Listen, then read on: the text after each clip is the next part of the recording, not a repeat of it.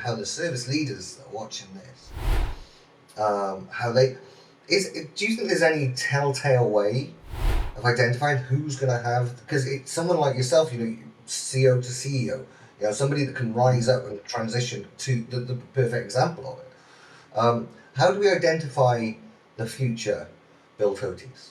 How do we identify the people that are going to come into the organization and have a ravenous hunger for improvement? Or is that something that we just have to monitor and then guide and mentor? Yeah, I think they need to help identify themselves. And again, I don't want to sound immodest here, but I had a hunger, and I mean, there was a desire and a zeal that I presume manifested as I was employed, and my bosses could see it. And I wasn't the only one hired out of the military into the company. I wasn't the only former CO out of the military. In fact, there were general officers and admirals hired into the company that I actually accelerated past. And so I think that you try to predict who's going to succeed. My success rate at predicting who was going to succeed wasn't very good.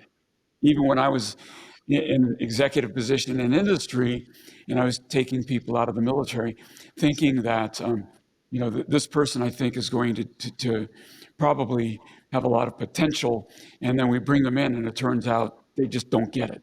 I mean, there's a lot of things that people, you cannot predict the degree to which people are going to have difficulty unlearning behaviors that they've had for a long, long time.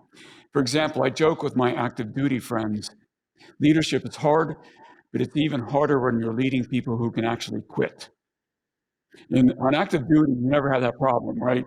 That soldier can't quit. I mean, they may not like the guidance, but there's no place they're going to go. But when they're in civilian, jobs, and you become a leader, if you use the same leadership techniques you used on active duty, you may find your entire team quitting. And then what are you going to do? And so when you hire somebody out of the military, you hope that they get it, that they're going to have to adapt to new leadership methods. They're going to have to adapt to new cooperation methods. Another boss of mine told me, you military guys are too structured. You need to learn how to live with ambiguity. And at first I thought, how do you do that? How do you learn to live with ambiguity? How do I measure myself against ambiguity? What metric do I use, right? And it's kind of laughable when you think about that, right? But again, he was right.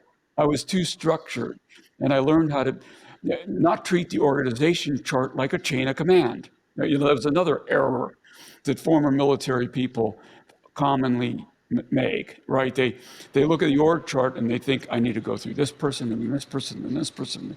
No. You need to succeed. How do you use the organization chart in order to succeed?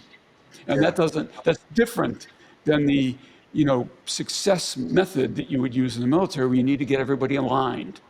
And so it's impossible to tell when you're bringing somebody out of the military who does and does not have the aptitude to relearn all of these skills necessary to succeed. That's why I wrote my book. Yeah.